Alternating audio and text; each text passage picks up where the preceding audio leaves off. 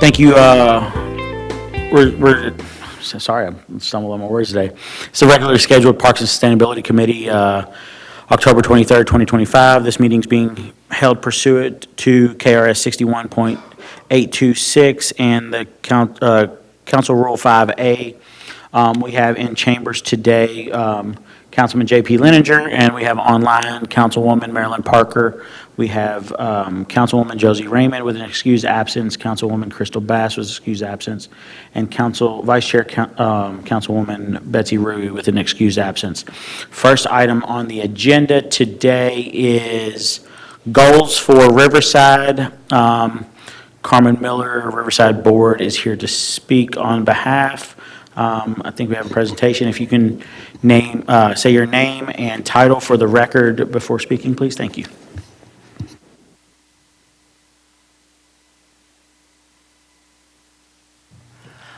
Carmen Miller, Chairperson of Riverside Barnsley Mormon. And Mr. Chair, I will ask you, oh, there we go. We have the slides right there. Perfect. Sir, your name and title for the record, please. John Hardesty. I'm a board member at Riverside. And also today we have Patty Lynn, our site manager, with us.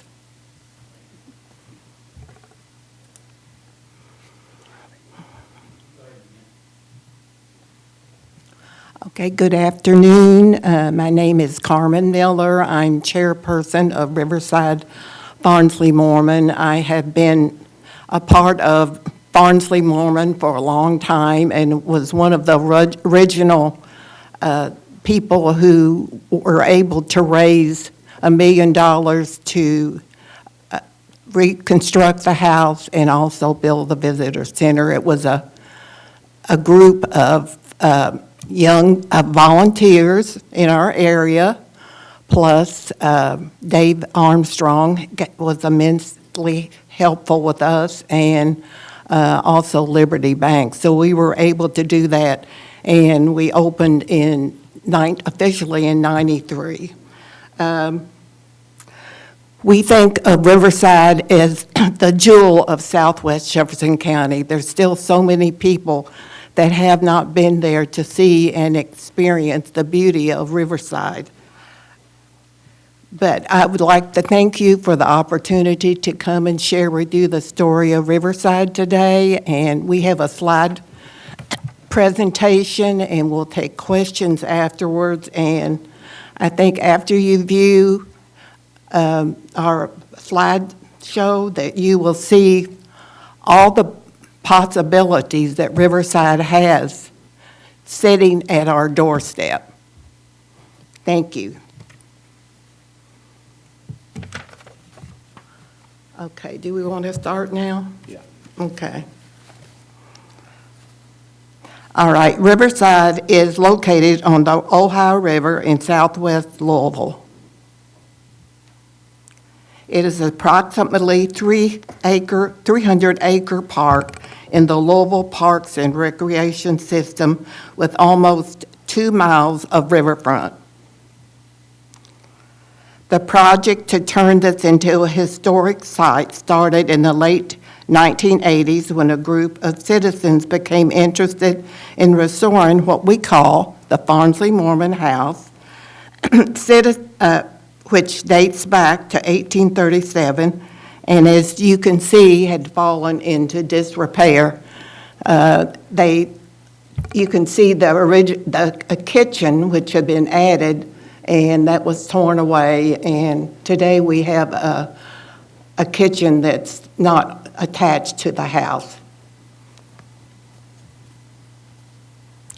By October of 1993, the house now looked like this, and it opened to the public. But the photo is taken from the Indiana side of the river and gives you a sense for its proximity to the Ohio. It's a beautiful, and there's our kitchen there. Today, the site is open to the public year-round for guided historic house tours. And School field trip programs like our popular and award-winning Building Blocks of History field trips. These field trips involve lots of hands-on history experiences, like getting to take part in the archaeological dig with professional archaeologists, and actually touching the past. We also host a seasonal weekly farmers market.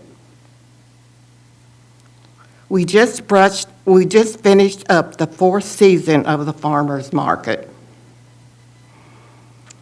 It has allowed us to support small local farmers and local food producers while giving more people in our community access to fresh and healthy food. Since before the house even opened, we have had a community garden on site.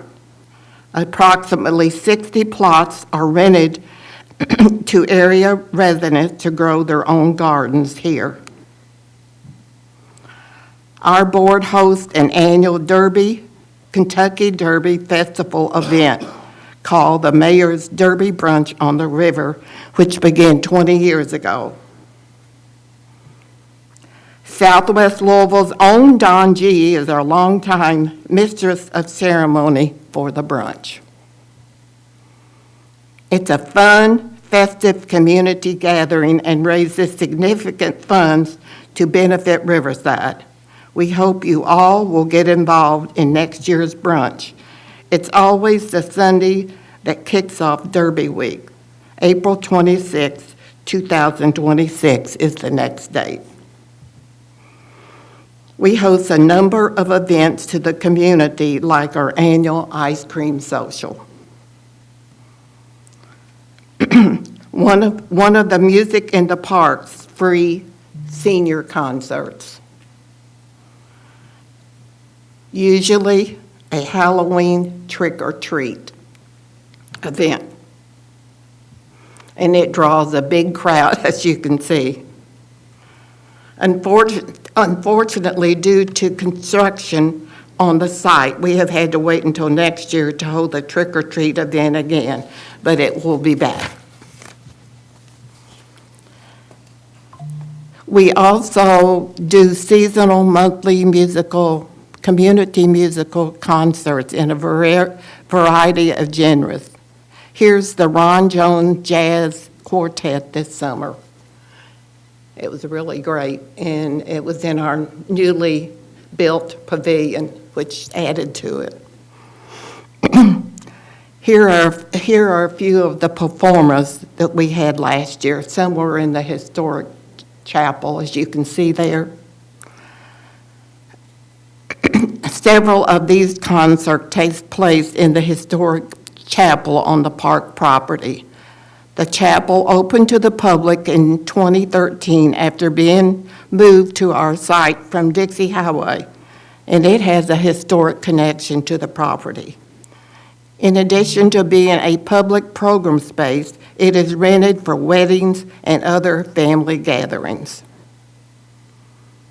This summer, we were excited to open a brand-new open-air pavilion after our other pavilion was damaged by a fire in 2023. It's a beautiful structure, as you can see. We would love to have the Metro Council hold its annual picnic here sometime. We are currently engaged in the first ever expansion of the Riverside Visitor Center, which was first opened in 1993. And this is the architect's rendering of the exterior. Here's the drawing of the view from the inside. We broke ground on this $2.5 million project in February of this year. Our board raised $1 million for the project, and the city appropriated $1.5 million. And this is what it looked like back in July. Here's a view from last week. Contractors are hoping to finish up before the end of the year, but there are delays, and we expect it to be done in early 2026 for sure. So that's a big overview of what Riverside the Farnsley Mormon is. Our board is a nonprofit organization like others associated with parks. We are dedicated to supporting Riverside's mission and operation. Our board supports the site by raising funds for programs and events. Our fundraising can include things like the brunch, applying for grants, or generating income from concessions and parking, etc., and all those proceeds go to Riverside.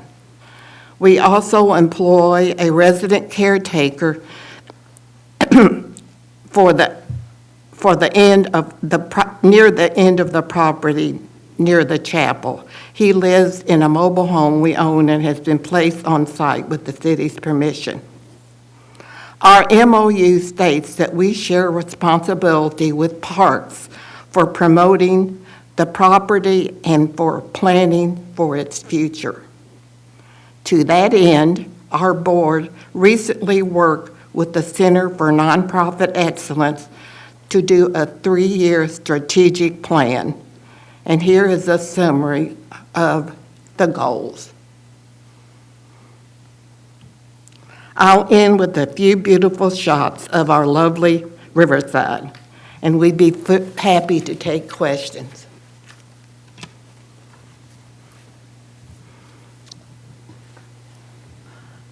Any questions? Yes, thank you all. Appreciate that. Thanks, Ms. Miller, for being here, and we appreciate your service and your long history of the South End and what you all have done, so thank you.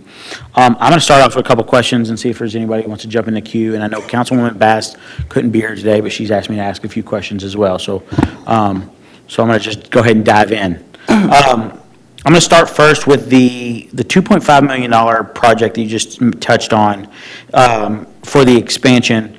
It was $1 million raised by you all and then 1.5 by the city, is that correct? And then, Yes. was that for the expansion of the exterior event, the center, or is that for both the expansion and the pavilion? I'm sorry, I didn't hear that last part. What? Was that expansion for the pavilion and the addition to the center? No, or the just center? pavilion was paid for by insurance. Okay, all right, so there's $2.5 million for the expansion. Got it. It's for the addition to the back and a warming kitchen to the side. And the capacity will expand to 250 people instead of the 125 that we have now. Okay, So we'll be able to host larger events and have, hopefully, increase our capacity to raise money for our site. I drove by there the other day, and it looked so far as, the construction looks so far so good, and hopefully, I can't wait to see it when it's complete. Would you like to say anything about John in addition to that? I did just have some comments, Mr. Chair, about our future plans, but if you'd like to finish your questions, I can touch on those at the end, or I can touch on them now, whatever you. I'm going to go through questions first, if that's okay, because some of Okay. those may come up, and you may just answer those. There's no sense in being redundant on it. Certainly. How does Riverside Farms and Mormon report their financial performance and program outcomes to Louisville, Metro Parks, and the public? Patty. We'll let Patty. So Patty Lynn, our site manager, is Right, our subject matter director, or sorry, our subject matter expert on things How like does this this. work? She's our Yep. program. Okay. Just name and title, please, for the, Okay. My name is Patty Lynn, and I'm the Historic Sites Manager of Riverside. okay. And I am the liaison to Louisville Parks and Recreation. I am a Parks employee. And then Masude, who's an Assistant Director with Parks, is also an ex officio member of the board. And then we routinely report, I report to Masude, and then she and I both report to our director. Okay. Are there any third-party audits or public-facing reports available to review? Yeah, Pat. Yes, I think the board does an annual compilation reviewed by Stevens and Lawson CPAs, which I'm sure we can make available to you. And then I think they've foregone doing an annual audit due to the expense, but plan to do one every 3 or 4 years. Okay, can we get that, the most recent one sent over to us? I'm sure we Okay. can. Yes. All right. What is the long-term visions for Riverside, and how does it align with Metro Park strategies and goals? So I think as you can tell from Chairwoman Miller's presentation, Riverside has a lot of momentum right now. And as she mentioned, we've engaged recently in a comprehensive strategic planning process that has culminated with a number of goals.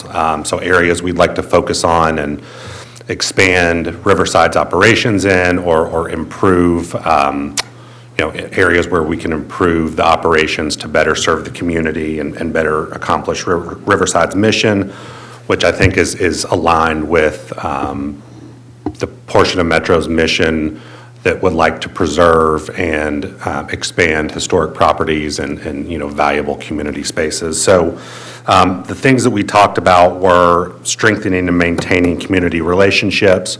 So that's both with stakeholders in the community on the political and government side, also local businesses and organizations that oftentimes use Riverside or that have a vested interest in seeing Riverside succeed and grow. Part of that would include engaging in marketing initiatives and advertising campaigns to spread awareness of Riverside outside of that area of the city. I do think there's a fair amount of awareness now. Events such as the Mayor's Brunch and some of the concert series have helped grow the awareness of Riverside, but that's certainly something that we can continue to build on and that we plan to build on. Ensuring financial sustainability is another important piece. We've talked about a few initial strategies for doing that, although we don't have anything concrete at this point.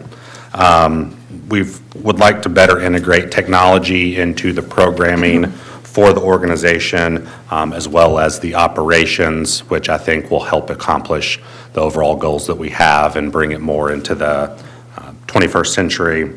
And then also planning for future staffing needs to support and sustain growth. So of the historic properties throughout the city, you will find that Riverside has one of the smallest full-time staffs of any organization, yet still does a lot with the resources and capacity that we have. But if we can, I think one goal long-term would be to add at least one, if not more, staff members to help, especially on the public programming side, which I think is an area where we have a lot of opportunity for growth. Mm-hmm. That would include wedding rentals of the new visitor center and pavilion for weddings, family events, other larger events, and then potentially putting on more concerts and events like that would potentially generate more revenue for the organization. Well, that's a great segue into one of my questions I've got for you, is in regards to revenue flow. Weddings, rentals, events, who invoices and collects, and how is the money split? What percentage stays with Riverside? What goes to the Metro?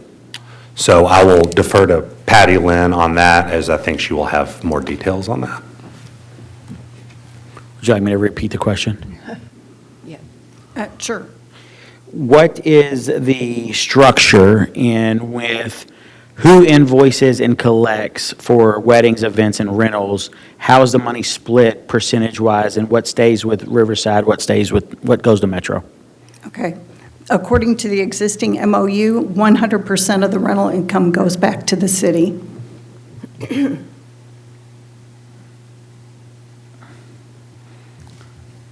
Does that answer your question? It does. What is the revenue number that comes back to Louisville Metro from Riverside when it comes to, so I guess the question is, in a year's time, how much are you collecting in those rentals, and who are they writing the checks to?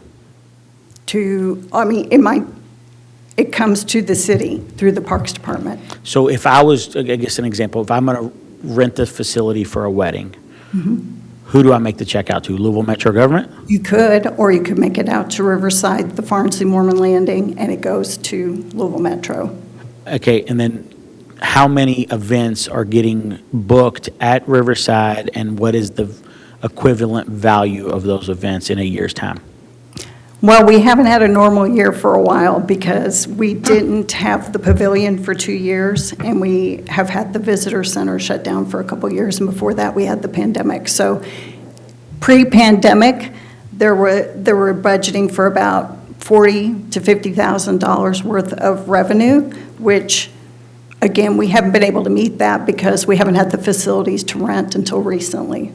So next year, when we have the pavilion, which we're starting to rent out like gangbusters, and we'll have the visitor center and the chapel and the grounds, and it'll be a whole new day. What is your projections for those rentals in the next 12 months when the visitor center is complete? In terms of income, Income. we are waiting to get the recommended rental fees approved by Parks, and then we can give you real numbers. Okay. What specific Metro rules and practices are stopping Riverside from operating as an independent nonprofit? What rules? What Could you repeat? what specific rules and practices are stopping Riverside from operating as an independent nonprofit and not being a subsidiary of Louisville Metro government? Which is, and why I asked that is, I think if the last I looked there was a line item for $250,000 a year from Metro going to Riverside. What is that? What line item does that cover in your all's budget? I'm going to assume that we're talking about the operating budget that Parks provides the site, so that the staff, the full-time staff, and a couple of seasonals are Parks employees. I'm going to assume that's what you're talking about. So it's $250,000 to cover the staff, the I employees. think in and the this year, it's about cutting. $350,000, and Okay. it includes some other expenses, utilities and that sort of thing. But to your question, the large majority of that is labor and employment expenses. Is for there a way staff. we can get a breakdown of that at some point sent over to us? Sure, Of where sure. that goes? Because I would like to compare that $350,000 to what revenue is going to be coming in and making sure that the numbers are adding up, because there's no sense in operating at a loss, and if you can operate at a profit, let's get you to being. It's a gem. It's a great place in the city that is being underutilized, in my personal opinion. Certainly. I'm going to see if anybody has any other questions, and I'm going to keep going. As of right now, no. Okay. Which board seats are appointed and by whom, and which are elected? We have 4 appointed by the mayor, and the others are elected by the board. And if someone wanted to join the board, how does that happen? What is that process? It's usually, I'm thinking about our last member was, I think it went through our Metro Council person. That was the way. And other people submit resumes, and we look at the resumes and see if they feel a particular need for a place on our board. How often do directors and officers turn over, and what are the terms, the lengths, and limits to bring in a new set of eyes? The chairman is elected every year, and our vice chair is elected every 4 years, I believe, every 4 years. And our board is on a alternating 3-year term. Is there any term limits on the chair and vice chair? No. Okay.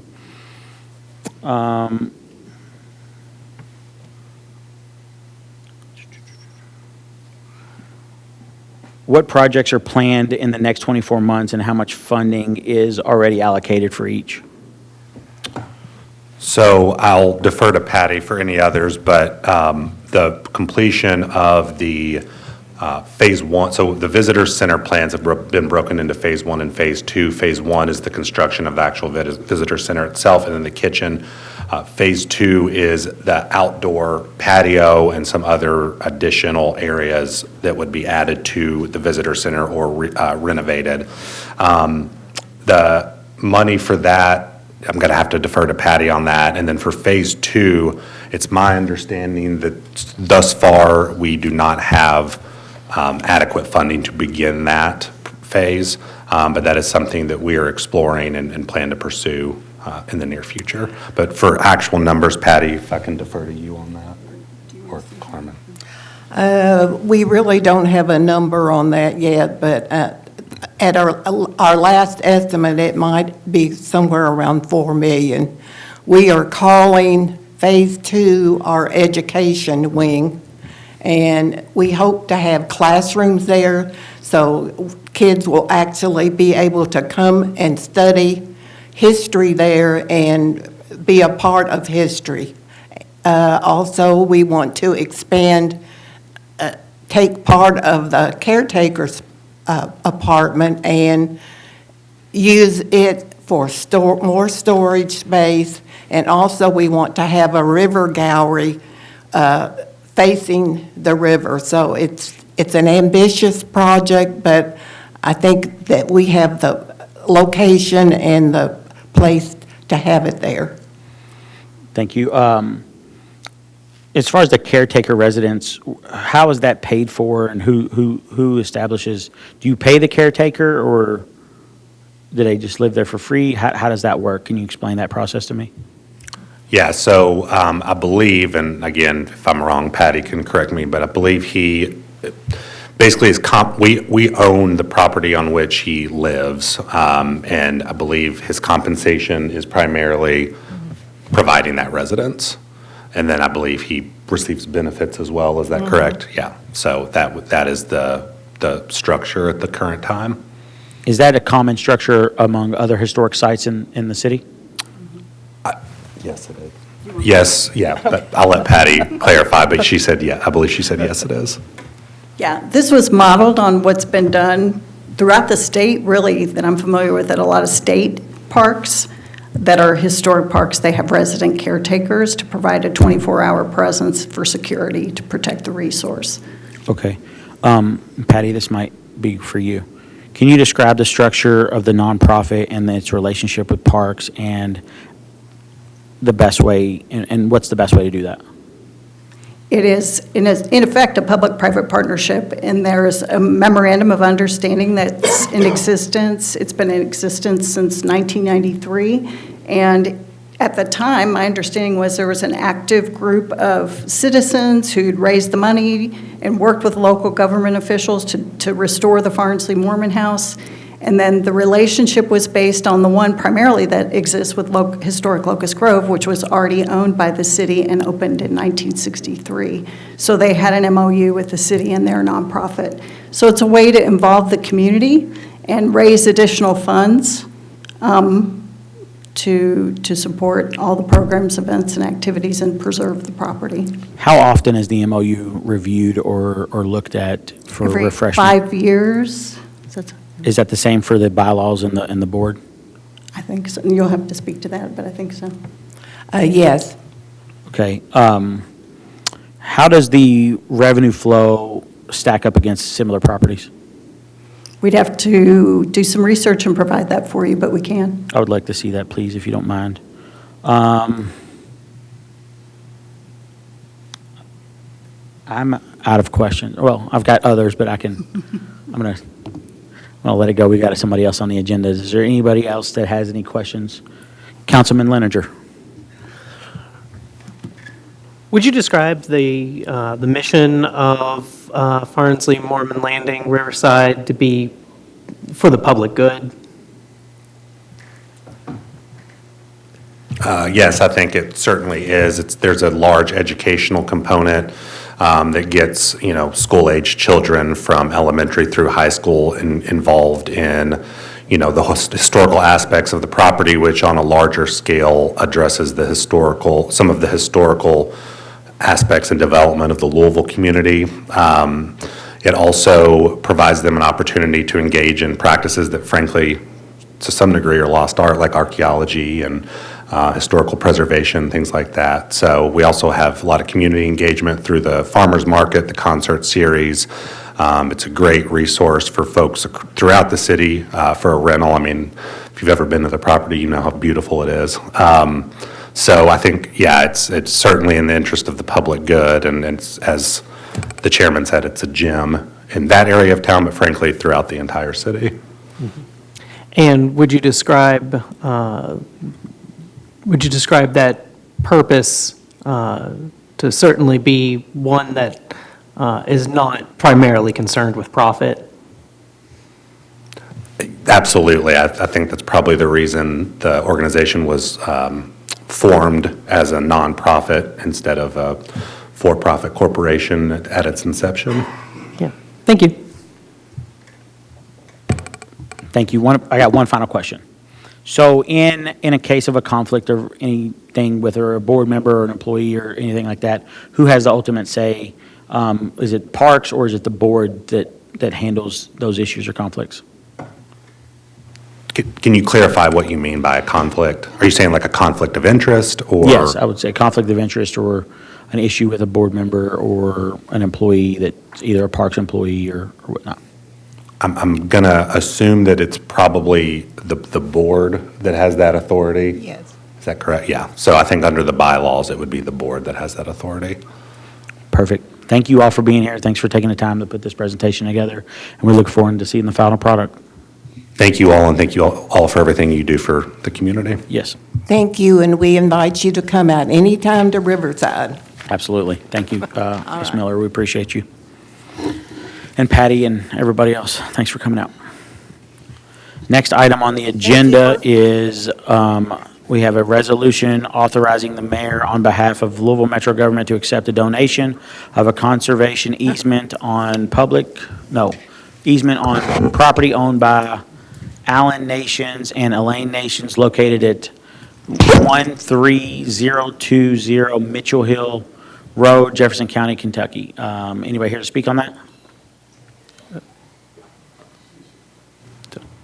Yes. Yes, okay. Just go ahead and come on up and make sure you state your name and title for the record, please. Mr. Chair, do you need a motion? Yes, I do need a motion. Thank you. So moved. Yeah, I guess, Marilyn, please. Second. And we are ready to begin.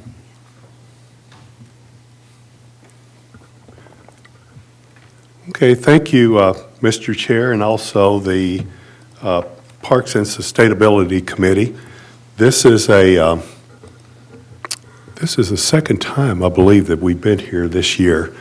The Louisville Jefferson County Environmental Trust was established originally by an ordinance adopted December 20th, 1994. And as you heard through the presentation with Farnsley Moorman, the mention of Judge Armstrong. George Armstrong was the one that really initiated the formation of the Environmental Trust.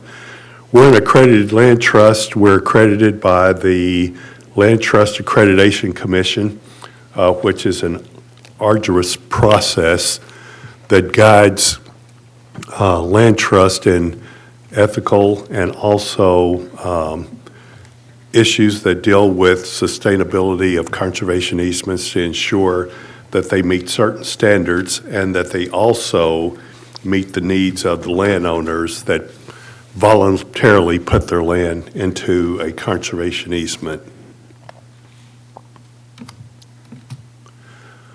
So the Louisville Jefferson County Environmental Trust is a 9-member board. We are governed by that board. The board is comprised of 5 citizen members, 1 from each of the historical old A and B and C county commission districts, and then 2 board members at large.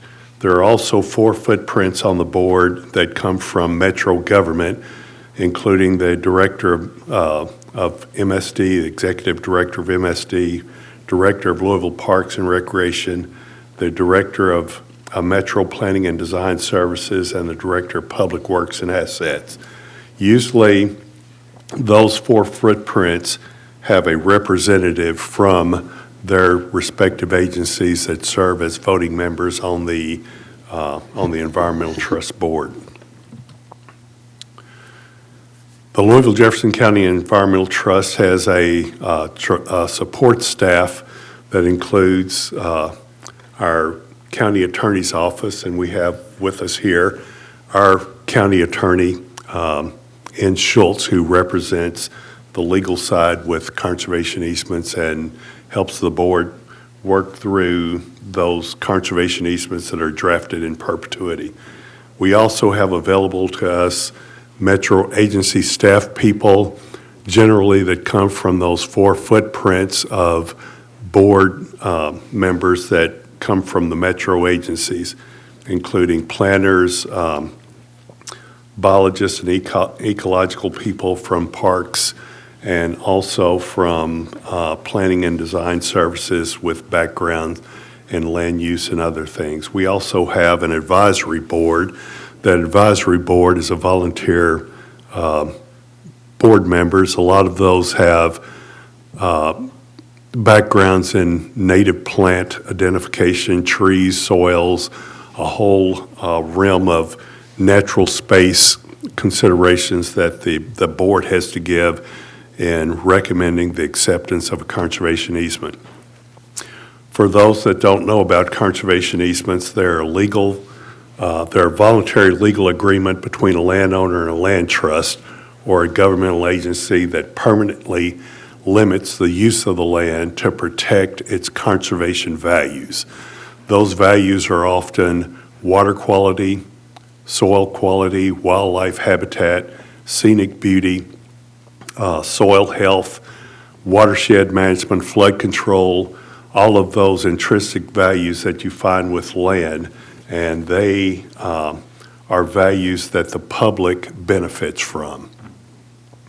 The trusts hold conservation easements on lands located in Jefferson and surrounding counties, adjacent counties, that have critical watersheds that are integral to the health and sustainability of surface water and connected habitats of Jefferson County. So in a lot of cases with the conservation easements, although we have conservation easements on land in Jefferson County, a lot of our conservation easement opportunities might come to us from adjacent counties where we benefit because of protected land that provides flood control, that provides good air quality, that supports sustainability of food systems, and also helps to address our surface water impairment issues in our community. As of October of 2025, the Louisville Jefferson County Environmental Trust holds 22 conservation easements on roughly 1,779 acres. Those major conservation values include flood control, water quality, wildlife habitat, scenic beauty, watershed management, prime farmland protection, scenic beauty, and they're on different land classifications, such as we have 4 conservation easements that are wetlands, and they cover about 160 acres. We have 9 conservation easements that have wildlife and scenic attributes to them, roughly 343 acres, 6 on what I call working farms, and those working farms produce food and fiber and support agricultural enterprises in and around Jefferson County. We have 3 that are primarily equine farms, which are horse farms, and they cover 256 acres. Our responsibility as the Louisville Jefferson County Environmental Trust is to the community and to those folks that put their land in conservation easements in perpetuity. So we're responsible for monitoring those conservation easements annually, which means we step foot on ground on each of those conservation easements at least once a year to ensure that the conservation easements are being followed, regardless of who put that conservation easement on there. It is our responsibility to protect those conservation values, which are the primary public benefits of those properties, and to defend those conservation easements. And we do that in perpetuity. Conservation values I'd mentioned before that are protected include prime farmland, grazing land, upland wildlife habitats, critical wetlands, water quality attributes, watershed health qualities, stormwater infiltration, woodland and tree canopies, scenic and open space, view sheds, and air water quality attributes. The conservation easement that is being requested for acceptance today is owned by Alan and Elaine Nations. The property is located at 13020 Mitchell Hill Road. It is a hilltop piece of property, and it is 12.8 acres in size. And their idea on this 12.8 acres that is precious to them and also to the community is to protect the preserved woodland acres and hold that in conservation easement in perpetuity. 11 and a half acres of it is woodland. There's about 5 acres of native warm season grasslands that occupy the upper ridge top.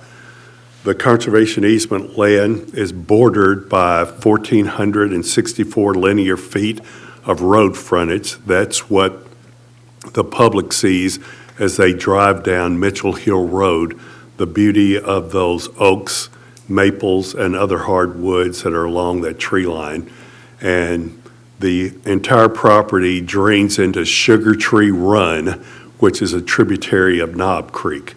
This 12.8 acres is not far off of the Bullitt County line. The property under a conservation easement will have no public access, although the nations often invite folks out to look at native plants and to look at species that you might not be able to see other places. They have documented over 350 plant species on the property, and one species, which is the starry false Solomon seal, is it's an endangered plant. So it's one of those plants that you will rarely see anywhere. And it's located here in Louisville and Jefferson County on the ridge cap. The nations have also written documentation of over 46 bird and animal species that are on the property. They are reserving no additional home sites on the 12.8 acres. The nations are, they're active ecologists, and they produce a variety of native plant species for their use in their native plant restoration business. And their goal is to ensure that this plot of habitat and ecologically important ridgetop is preserved and protected forever. Its location, if you look at this map, the areas that are in green are part of the Jefferson Memorial Forest. Their 12.8 acres, it abuts that green space, which as people walk through the Jefferson Memorial Forest and they see the management of their woodlands and their grassland areas, there's not a demarcated line like a fence that shows that you're stepping off of Jefferson Memorial Forest onto their property. But there is a property boundary that's surveyed on that property. But the beauty of this is that without Jefferson Memorial Forest acquiring 12.8 acres, they're acquiring a piece of property that is managed a lot like Jefferson Memorial Forest in its ecological aspects.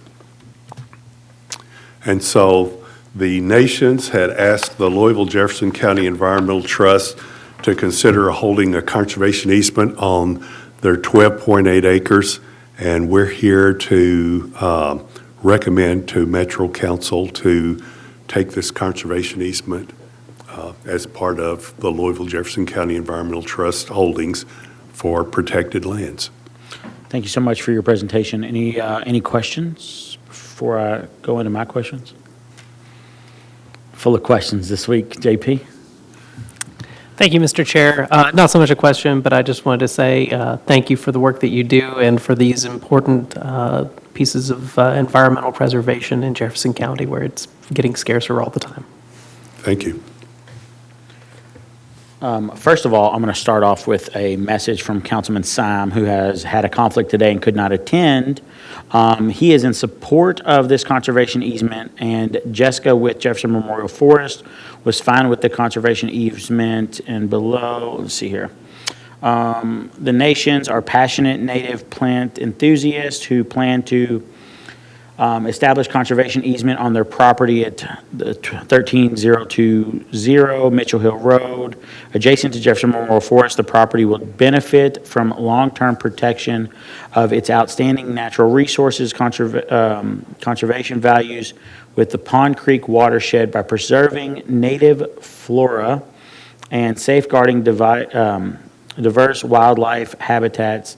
The nations seek to uphold the ecological integrity of their land and while offering meaningful public benefits. So that's from the nations and from Councilman Syme's office. So he wants to, he has the support for this. My questions are, you mentioned surrounding counties, and we've heard this before, and I want to know how many surrounding county conservation easements under that number are we managing in Louisville Metro? So I'm counting them in my head as you make that question. I think there's 6 that most of those, all of those are in Oldham County. And they're primarily in the Harrods Creek and the Ohio River tributary watersheds. So all of the water that flows out of the Harrods Creek watershed comes into Jefferson County, every bit of it. All of the water that comes from those individual tributaries along the Ohio River flows into Jefferson County. So it is, one of the things that our board looks at is the value of those conservation easements in terms of protected land, what they offer. Most of those, there are 2 horse farms in that conservation easement. There's 2 working farms that are in that conservation easement, and there's 2 that have wildlife and habitat qualities to them. All of those, every raindrop that hits on that land that flows off comes into Jefferson County. So they have flood control attributes. In terms of the alternative use for those properties, it's that it could be acres of rooftops, asphalt, and land that's treated for herbicide, lawn control, whatever it might be that flows into our waters in Jefferson County. With that being said, how many of those conservation easements that you say 6 are mostly in Oldham County border Jefferson County? Like literally, I'm talking property touches each other. That touches none of the ones, well, I'm going to take that back. There is one that is within a few steps of the county line.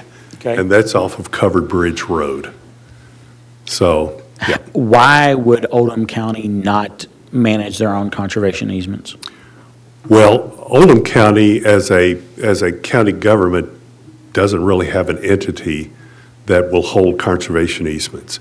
They used to have one that was it wasn't a county governmental entity, but it was an entity that shared some of the values of Oldham County. So I guess one of the reasons is because there's not many what's called quasi-governmental land trust organizations. We're one of the few in Louisville and Jefferson County. Most of the entities that hold conservation easements are nonprofit, private enterprises or private entities. And they, and to hold a conservation easement from the private side, it's pretty expensive because they have their own staff, they have their own people that they employ, they have office space, they have their own attorneys, they have everything that we have, but we get that from the graces of using internally from metro government. What do we charge versus these other entities that do it in metro government?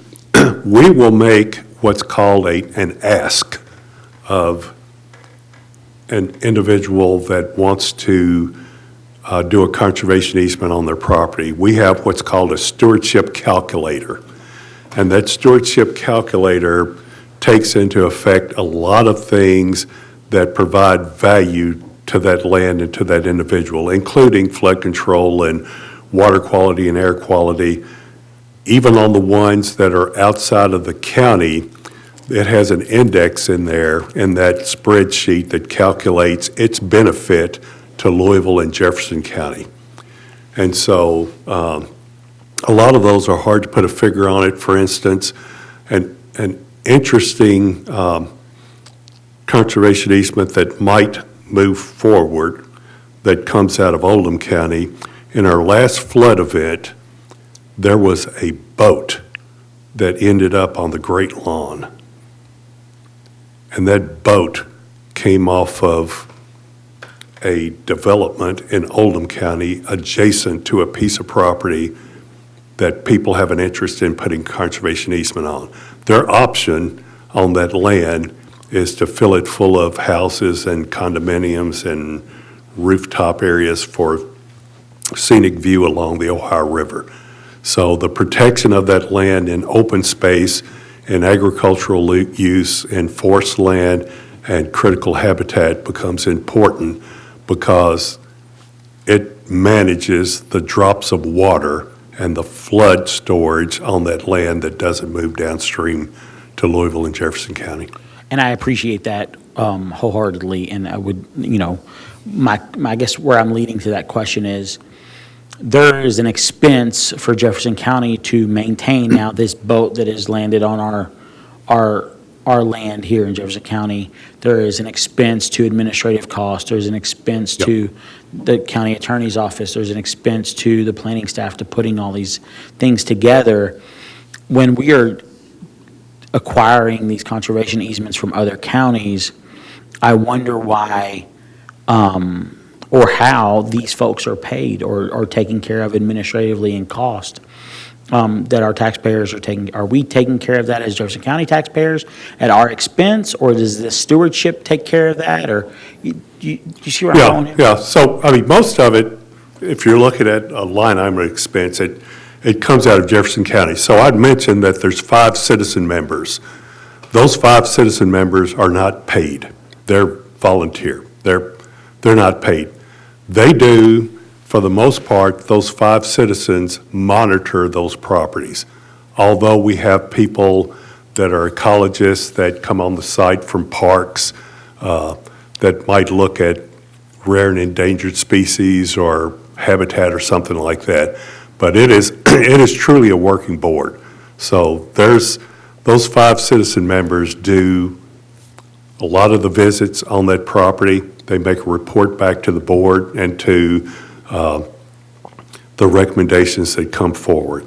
So, but the other agencies, we get, for instance, the only time that we had received a specific dollar from government was in 1995, and we got $10,000 as a board. From who?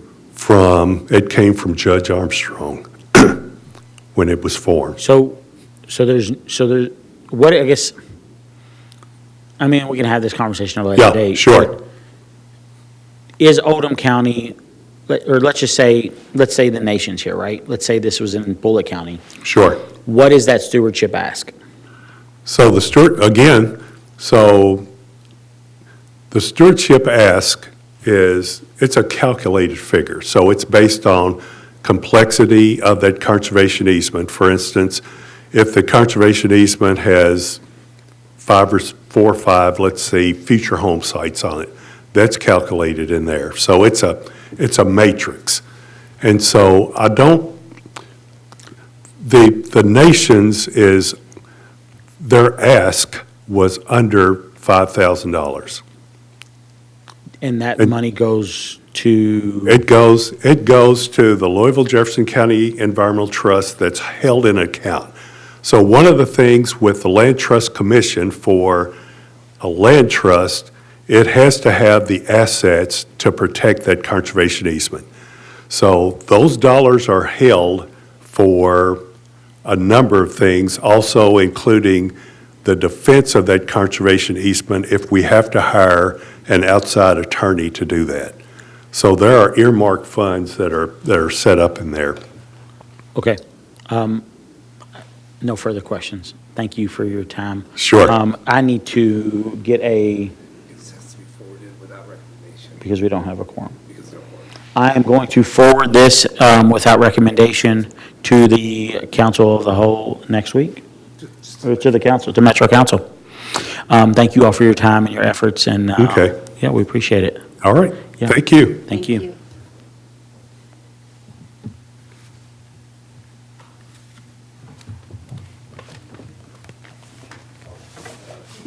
Meeting is adjourned. Thank you.